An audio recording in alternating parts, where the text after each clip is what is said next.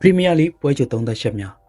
အားလုံးပဲမင်္ဂလာပါခင်ဗျစနေနေ့ညမှာကစားမဲ့ Premier League ပွဲစဉ်တွေရဲ့ပွဲကြိုသုံးသက်ချက်တွေကိုဒီဗီဒီယိုလေးမှာပြောပြပေးတော့မှာဖြစ်ပါတယ်ခင်ဗျာ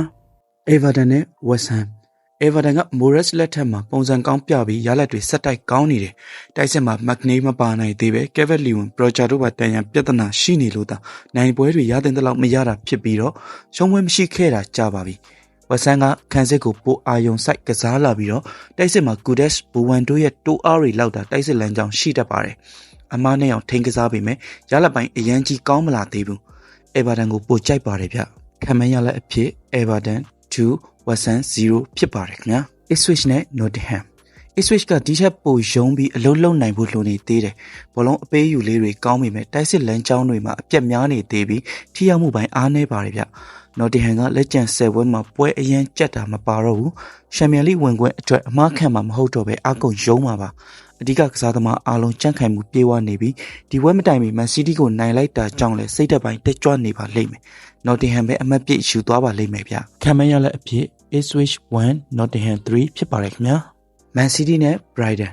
Man City ကအရင်လိုယုံကြည်ချက်ရှိပွဲအပေါ်လွှမ်းမိုးကစားနေနိုင်တဲ့အသင်းမျိုးမဟုတ်တော့ပါဘူး။ဒီအသင်းကဒီရာသီထင်ထားတာထက်ပိုပြီးတော့အကြမြန်ခဲ့တယ်။တူးချင်းအရေးသွေးပိုင်းကတော့အကောင်းဆုံးဖြစ်နေစေဆိုပေမဲ့ကစားသမားတွေကြားရှိတ်ဆက်ကစားပုံတွေမှာလိုအပ်ချက်ရှိလာတာတော့အမှန်ပါ။ Brighton ကတောက်လျှောက်နိုင်ပွဲတွေဆက်နေခဲ့တဲ့အသင်းဖြစ်ပြီးတော့အသင်းကတန်ရာပြဿနာတွေကြားထဲကနေဟန်ချက်ညှိအောင်ထိန်းထားနိုင်ပါတယ်။ကန်စစ်ကနေတိုက်စစ်တီသဆင်ချင်းရှိတ်ဆက်ကစားပုံတွေမှာတော်တော်လေးကောင်းတာပါ။ Man City တို့အမှတ်ခွဲပေးရလဲအံ့ဩစရာမရှိပါဘူးဗျ။ခံမရလက်ဖြစ် Man City 2 Brighton 2ဖြစ်ပါတယ်ခင်ဗျာ။ Southampton နဲ့ Wolverhamptonလက်ရှိရှိန်စွမ်းအရဆိုရင်တော့ Southampton တို့အစောကြီးတန်းဆင်းသွားရပါလိမ့်မယ်။အသင်းကစနစ်တကျတိဆောက်ထားပုံမျိုးမဟုတ်ပဲဒီစနစ်ပိုင်းအားနဲ့တလို့ပွဲချိန်တွင်ကစားသမားတွေကိုယ်တိုင်စိတ်ပါလက်ပါမရှိကြတော့ပါဘူး။ Wolverhampton ကတူးချင်းတိုးအားရုံအားတွေကောင်းတယ်။ကုညာမပါနိုင်သေးတာမို့တိုက်စစ်မှာသွင်းကိုတွေအတွက်မျောလင့်စရာကစားသမားရှိမနေတာကဒီပွဲအတွက် Wolverhampton ရဲ့အဓိကအားနည်းချက်ဖြစ်ပါတယ်ဗျ။တစ်ဖက်တကိုးစီလောင်နဲ့အမှတ်ယူသွားကြပါလိမ့်မယ်